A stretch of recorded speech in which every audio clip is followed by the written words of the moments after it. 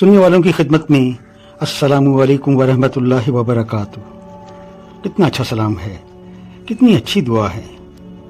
میں ہوں آپ کا میزبان طاہر رانا۔ آئیے آج میں آپ کو ایک ایسے شخص کی داستان علم سناتا ہوں جسے ایک ناکردہ جرم میں جیل کی سزا بھگتنی پڑ گئی تھی۔ کہانی کا آغاز اس طرح ہوتا ہے۔ راحت علی شہر کے ایک بڑے نواب کے گھر میں ملازمت کرتا تھا۔ نواب کے گھر میں 10 لاکھ روپے چوری ہو گئے۔ نواب نے چوری کا الزام راحت علی پر لگا کر اسے پولیس کے حوالے کر دیا۔ مقدمہ چلا، الزام تو ثابت نہ ہوا مگر راحت علی کو اس ناکردہ جرم پر 6 ماہ قید تنہائی سنا دی گئی۔ جس سیل میں اسے رکھا گیا تھا وہ اس قدر تنگ تھا کہ قیدی سیل میں سیدھا کھڑا بھی نہیں ہو سکتا تھا۔ راحت علی ایک مصور تھا۔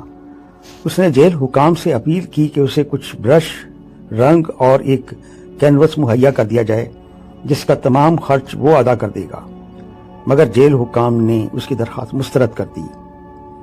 قید تنہائی میں 2-3 دن گزرے تو اسے وحشت محسوس ہونے لگی۔ اچانک اسے سیل کے اندر ایک چھوٹا سا سوراخ دکھائی دیا۔ تھوڑی دیر بعد اس نے اس سوراخ میں سے ایک چیونٹے کو نکل کر قید خانے کے اندر آتے دیکھا۔ قید تنہائی میں ایک جاندار وجود کو دیکھ کر اس کی آنکھیں چمک اٹھیں۔ اس نے بڑے شوق سے چیونٹے کو اپنے ہاتھ پر اٹھا لیا اور اس سے کھیلنے لگا۔ چیونٹا بے چین ہو کر اس کی ہتھیلی سے فرار کا راستہ ڈھونڈ رہا تھا۔ اس نے اسے زمین پر چھوڑ دیا اور اس سے کھیل کو جاری رکھا۔ پھر شام ہو گئی۔ اب اس کے دل میں خیال آیا کہ چلو اب اس چیونٹے کو چھوڑ دیتے ہیں تاکہ یہ جہاں سے آیا ہے وہاں واپس چلا جائے۔ چیونٹا سوراخ کے اندر غائب ہو گیا۔ اگلے روز وہ چیونٹا پھر سیل کے اندر چلا آیا۔ اسے دوبارہ دیکھ کر راحت علی بہت خوش ہوا۔ اس نے پھر سے چیونٹے کو اپنے ہاتھ کی ہتھیلی پر اٹھا لیا اور اس سے کھیلتا رہا۔ 2-3 دن یوں ہی گزرے۔ چیونٹا اب اس کے ہاتھ کی ہتھیلی کا عادی بن چکا تھا۔ راحت علی کو بھی اب اس کھیل میں مزہ آنے لگا تھا۔ وہ اپنی انگلی سے چیونٹے کے ساتھ چھیڑ چھاڑ کرتا رہتا تھا۔ پھر ایک عجیب بات یہ ہوئی کہ چیونٹے نے اس کی ہتھیلی پر رقص کرنا شروع کر دیا۔ یہی نہیں بلکہ اس کے منہ سے سیٹی جیسی خوبصورت آواز بھی نکلنے لگی۔ حیرت سے راحت علی کی آنکھیں پھٹی کی پھٹی رہ گئیں۔ یہ چیونٹا تو ایک عجوبہ نکلا۔ اس عجیب و غریب رفاقت سے راحت علی کی قید تنہائی کے دن گزرتے چلے گئے اور بالآخر رہائی کا وقت قریب آ گیا۔ راحت علی رہائی کے تصور سے بہت خوش تھا۔ وہ سوچ رہا تھا کہ جاتے ہوئے وہ اس چیونٹے کو اپنے ساتھ لے جائے گا اور دنیا کو اس عجیب و غریب چیونٹے کے حیران کن کارنامے دکھائے گا اور دنیا کو یہ بتائے گا کہ اس نے 6 ماہ کی قید کے دوران ایک چیونٹے کو ٹریننگ دے کر اسے رقص کرنا اور منہ سے سیٹی بجانا سکھایا تھا۔ وہ صبح اس کے لیے بہت خوشگوار اور یادگار تھی جب اسے جیل سے رہائی ملی۔ وہ ایک بس میں سوار ہو کر اپنے اس علاقے میں پہنچا جہاں وہ رہتا تھا۔ وہ سوچ رہا تھا کہ گھر جانے سے پہلے وہ اپنے اس پرانے ریسٹورنٹ میں جائے گا جہاں وہ اکثر چائے پیا کرتا تھا۔ اس نے ریسٹورنٹ کا دروازہ کھولا اور اندر جا کر ایک مناسب ٹیبل کے ساتھ لگی ہوئی کرسی پر بیٹھ گیا۔ اس نے اس یادگار چیونٹے کو اپنی قمیض کی جیب میں ایک ریشمی تھیلے کے اندر رکھا ہوا تھا۔ اب وہ دنیا کو بتائے گا کہ اس نے ایک چیونٹے کو کس طرح رقص کرنا سکھایا ہے۔ جب ریسٹورنٹ میں خاصے لوگ جمع ہو گئے تو اس نے لوگوں سے مخاطب ہوتے ہوئے کہا، دوستو، آج میں آپ کو ایک ایسا تماشا دکھاؤں گا جسے دیکھ کر آپ کی عقل دنگ رہ جائے گی۔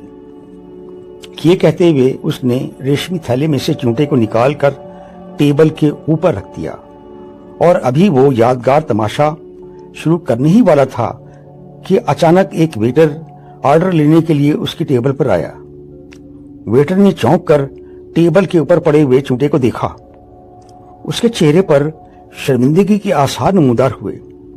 اس نے اپنے کندھے پر لٹکا ہوا ڈسٹر اتارا اور سوری سر کہتے ہوئے بڑی پھرتی سے ٹیبل پر پڑے ہوئے چیونٹے کو مسل کر فرش پر پھینک دیا۔ یہ ہولناک منظر دیکھ کر راحت علی کے حلق سے چیخ نکلی اور وہ کرسی سے گر کر بے ہوش ہو گیا۔ دوستو، آپ نے اس کہانی میں دیکھا کہ ایک شخص کے سوری سر کے ڈسٹر نے کسی شخص کی 6 مہینے کی محنت اور ریاضت کو کس طرح مٹا کر رکھ دیا تھا۔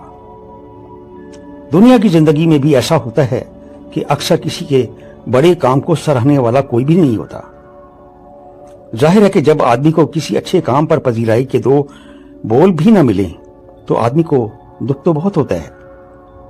سبق یہ ملتا ہے کہ آپ کے کسی اچھے کام کا کوئی قدردان ہو نہ ہو، آپ کو ستائش ملے نہ ملے، آپ اپنی محنت پر لگے رہیے۔ اچھے کام کا صلہ رب تعالیٰ کی طرف سے ضرور عطا ہوتا ہے۔ بس آج کی اس بحث میں اتنا ہی۔ چلتے چلتے ایک بات عرض کروں گا کہ دنیا میں ہم سب کو سکون و اطمینان کی تلاش ہمیشہ رہتی ہے، لیکن یہ دیکھا گیا ہے کہ سکون و اطمینان ڈھونڈنے والے کو سکون و اطمینان نہیں مل پاتا۔ در حقیقت سکون و اطمینان ان لوگوں کو عطا ہوتا ہے جو دوسروں کے لیے آسانیاں تقسیم کرنے کی کوشش کر رہے ہوتے ہیں۔ رب تعالی ہمیں صالح سوچ، صالح فکر اور صالح عمل کرنے کی توفیق عطا فرمائے۔ آمین۔